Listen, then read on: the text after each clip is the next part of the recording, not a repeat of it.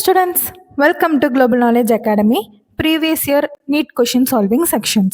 இன்னைக்கான question என்னன்னு பார்க்கலாம் வாங்க.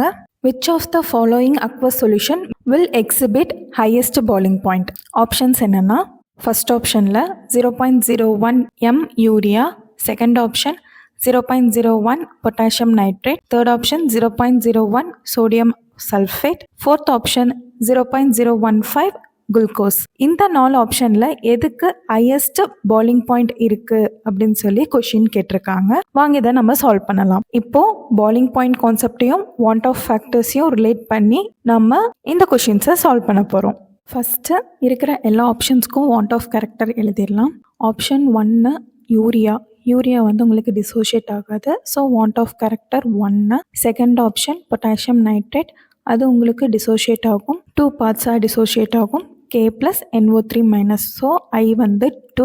நெக்ஸ்ட்டு சோடியம் சல்ஃபேட், அது உங்களுக்கு 2 பார்ட்ஸாக டிசோஷியேட் ஆகும், Na plus SO4 2 மைனஸாக டிசோஷியேட் ஆகும். நம்மளுக்கு Na வந்து 2 இருக்கிறனால உங்களுக்கு ஐயோட வேல்யூ வந்து 3 இருக்கும். நெக்ஸ்ட்டு குளுக்கோஸ் உங்களுக்கு டிசோஷியேட் ஆகாது, ஸோ ஐயோட வேல்யூ வந்து 1. இப்போது வாண்ட் ஆஃப் கேரக்டர்ஸ் கண்டுபிடிச்சிட்டோம்.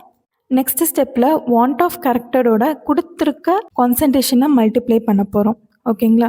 அப்படி கொடுத்துருக்க கான்சன்ட்ரேஷனை மல்டிப்ளை பண்ணும்போது உங்களுக்கு தேர்ட் ஆப்ஷன் தான் வந்து உங்களுக்கு ஹையஸ்ட் கான்சன்ட்ரேஷனோட இருக்கும். எதுக்கு ஹையஸ்ட் கான்சன்ட்ரேஷன் இருக்கோ அதுக்கு ஹையஸ்ட் பாயிலிங் பாயிண்ட் இருக்கும். அப்படி பார்த்தோம் அப்படின்னா நம்மளுக்கு தேர்டு ஒன் தான் கரெக்டான ஆன்சர். இந்த மாதிரி more previous year question solving videos பார்க்கணுமா?